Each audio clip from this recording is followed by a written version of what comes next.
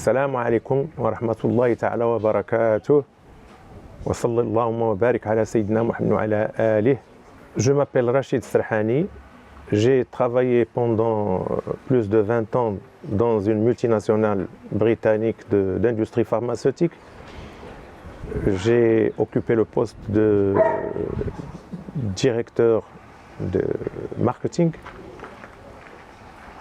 Et durant ma fonction dans l'industrie pharmaceutique, j'étais très souvent emmené à être à l'étranger. Donc, j'ai été infecté par le virus de la lecture. J'achetais des livres partout dans le monde et donc je lisais beaucoup de livres. Et soudain, à un moment donné, la lecture a pris un sens de la spiritualité. Et donc j'ai étudié, j'avais toujours une année de lecture dans la maison que je devais terminer, donc j'achetais des livres. J'ai lu pratiquement un grand nombre d'écrivains russes, Elena Petrovska, Chopra, l'hindou, tous ces livres, Maharaji, l'hindou, René Guénon, le français, tous ces livres. Et ces livres de spiritualité, je les lisais dans un but bien précis de connaître la vérité. De connaître la vérité, connaître Dieu. Parce que pour moi, la vérité, c'est Dieu. Tout simplement parce que j'ai été éduqué dans une famille religieuse marocaine. Mon père était un fanatique du réveil la nuit pour faire la prière. Donc on a grandi calmement dans une famille religieuse. Et quand dans tout ce voyage, bien entendu, de lecture des autres, pourquoi j'ai pris cette passion de lecture? Parce que je savais que dans un livre, un écrivain, il fait couler tout son savoir et toute son expérience de la vie. Donc pour moi, c'était d'autres vies que j'additionnais à ma vie dans le livre. Et bien avec tout ça, j'ai acquis un réservoir très important de connaissances, mais tout ça était pour moi quelque chose qui ne donnait pas, qui n'allait pas en parallèle. Il allait en parallèle, mais il n'épousait pas le message du Coran et le message du prophète Mohammed sallallahu alayhi wa sallam. Et quand que Dieu m'a facilité la connaissance de la tariqa Karkaria, j'ai vu que le résumé de tout ce que j'ai pris comme connaissance était clair pour Sidi Chir, Donc j'étais sûr que lui, il avait le réservoir de cette connaissance universelle. Et que les gens, quand ils se déplacent un peu partout du monde en direction de la Zawiya de l'Haroui, parce qu'il y a un réservoir de connaissances qui les attirait. Ils ne venaient pas tout seuls, les gens. Les gens viennent parce qu'il y a une attraction. Attraction louée par une loi universelle de Dieu. Dieu veut que c'est les gens qui l'aiment, qu'ils se dirigent vers le réservoir de connaissances.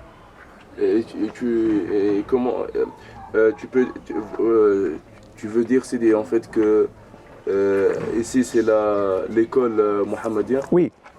Alors, quand je suis venu ici, c'était très clair parce que le message de Sidi Chir, Qaddasallahu sirrah, ne sortent pas du tout du Coran et des hadiths du prophète. Donc, et tout ce qu'il essaye de nous faire comprendre, c'est comment mettre sur terre, dans la vie de tous les jours, ce que notre prophète nous a apporté et ce que le Coran essaye de nous enseigner. Si on ne le fait pas valider par le travail de tous les jours sur le terrain, ceci va rejoindre, comme je dis, toutes les visions qui ont été dites, mais partiellement, parce que tout ce que j'ai lu des êtres humains, ce sont des êtres humains comme nous, chacun a une expérience limitée. Peut-être quand on prend le deuxième, il vient pour complémenter une idée. Le troisième, il vient pour agrandir la vision. Mais Sidi Cheikh, il a cette vision globale de tout ce qui est. Comment tu peux nous expliquer, Sidi, pourquoi Sidi Cheikh il a cette vision globale? D'où elle vient cette vision globale? Sidi Cheikh, Qaddasallahu sirra, étant donné qu'il a ce réservoir universel, si j'ose dire, parce qu'il reçoit des informations en continu, ce réservoir, à mon avis, ne peut pas avoir lieu sauf par l'intermédiaire de la lumière. Donc la lumière, parce qu'avec la lumière, les quantités ne sont plus importantes. C'est d'ailleurs la fameuse loi de la relativité d'Einstein. Quand l'objet, quel que soit son poids, atteint une vitesse de lumière, le poids ne vaut plus rien. Le poids s'annule. Donc, réservoir, avec la vitesse de la lumière, ça passe. Ça passe. Donc, quand on vient à Sidi Cheikh, c'est un homme qui a notre physionomie, il est comme nous, mais la lumière qui s'écoule à travers lui, elle peut déplacer les montagnes. Sidi, maintenant tu peux nous parler de ta prise de bay'a et qu'est-ce qui s'est passé, tes compréhensions et tout. Alors le jour où quand j'ai fait la bay'a, Sidi Cheikh, et je suis venu ici et je lui ai dit que je regrettais beaucoup que je ne pouvais pas faire la bay'a directement et que je l'ai faite par internet parce qu'il y avait le Covid et tout ça. Il m'a dit non, il n'y a pas de problème, tu peux venir à n'importe quel moment, surtout le Mawlid, on fait tajdid le bay'a. Et ça, c'est pas important. Le plus important, c'est que tu es ici avec nous maintenant, au marhaba. Alors pour la bay'a, étant donné qu'on était durant la période du Covid, j'ai convenu avec Sidi Hamza de Rabat pour passer avec un groupe qui allait faire la bay'a le 26 décembre 2020 à 11h30. Donc à 11h30, j'étais prêt dans ma chambre, en préparant la chambre bien entendu, et en la lavant pour qu'elle soit très propre. Les odeurs étaient vraiment... J'ai bien garni l'espace en attendant le moment précis. Et puis Sidi Hamza m'appelait pour me dire que j'étais en liaison avec le groupe à l'Aroui. Et Sidi Cheikh avait pris la parole et il nous a fait la bay'a directement. Les instructions de Sidi Hamza pour réussir cette bay'a étaient d'être dans un endroit très propre, un endroit et être en position en face de la Qibla, et en étant dans une chambre où il n'y a pas de lumière, pour que les dérangements de la lumière et les éclats de la lumière ne dérangent pas la bay'a, pour que le mouride ou le disciple soit dans un état de déconcentration totale par rapport à l'extérieur. Et alhamdoulilah, tout ça, je l'avais très bien préparé. Je remercie énormément aussi monsieur Hamza, Sidi Hamza, qui est un type fabuleux, qui m'a tout préparé. Et la bay'a s'est passée dans des conditions idéales, sans aucun problème. Et Sidi Cheikh avait pris le temps nécessaire pour nous mettre dans un état spirituel hors norme. En termes de lumière, j'étais passionné parce que pour moi, le bay'a était lié avec la lumière. Et quand on a fait ça à 11h30 du samedi, 29 décembre, 2020, de 11h30 jusqu'à l'après-midi, je n'ai rien vu. À partir du Maghreb jusqu'à Salat al-Isha, d'ailleurs je ne pouvais plus dormir, j'ai vu la lumière et c'était vraiment passionnant. L'impact de la lumière sur ta vie, sur tes comportements. En termes d'impact, au début, bien entendu, je voulais aller encore en profondeur pour voir cette lumière dans les détails et tout ça. Et en termes pratiques sur ma vie de tous les jours, je suis resté en continu dans cet état, en cherchant la lumière. Donc je n'étais pas attiré par les gens. J'étais attiré, bien entendu, par la passion que je vivais après la vision de la lumière. Donc pour moi, ma vie est devenue calme, très calme, et les choses sur lesquelles, par exemple, je réagissais d'une manière spontanée, ont pris fin. Pourquoi? Parce que j'avais un travail plus important avec moi-même. C'était de chercher à continuer à comprendre cette lumière. Après la vision de la lumière, Sidi, tu as trouvé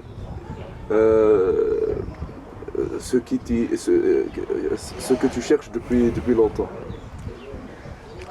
En fait, moi, ce que je cherchais depuis longtemps, je cherchais à avoir une explication exacte de la vérité. En fait, Sidi Cheikh, qu'est-ce qu'il a fait? Il nous a inculqué ou il nous a vraiment montré que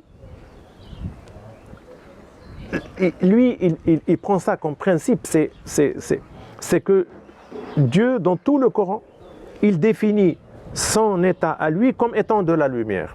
Donc, le Dieu que Rachid Serhani cherche, il est là dans le Surat An-Nur, il est lumière.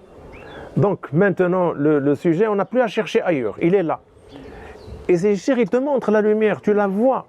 Ce n'est plus une théorie, c'est une pratique. Tariq al-Mushahada. Personne ne peut, même pas le Mushahada. Mushahada, on est allé plus loin que le Mushahada, parce que on se sent avec Dieu. Mushahada n'est qu'une porte. Mushahadat Nour devient une porte qui mène vers un univers sans fin. Et heureusement, parce que dans cet état, on acquit des sensations terribles, parce que la mort pour nous ne veut plus rien dire. On passe à l'état de lumière. Et c'est ça l'état du paradis. Donc on est déjà au paradis.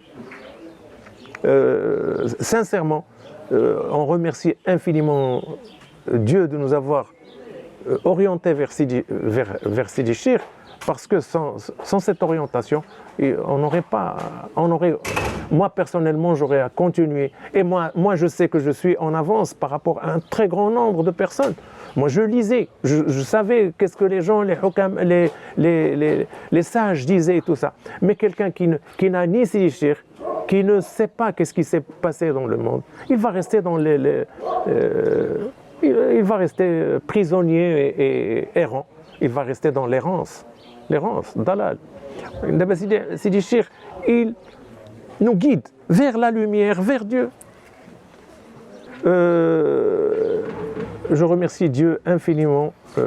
Ceci, pour nous, c'est un cadeau de lui.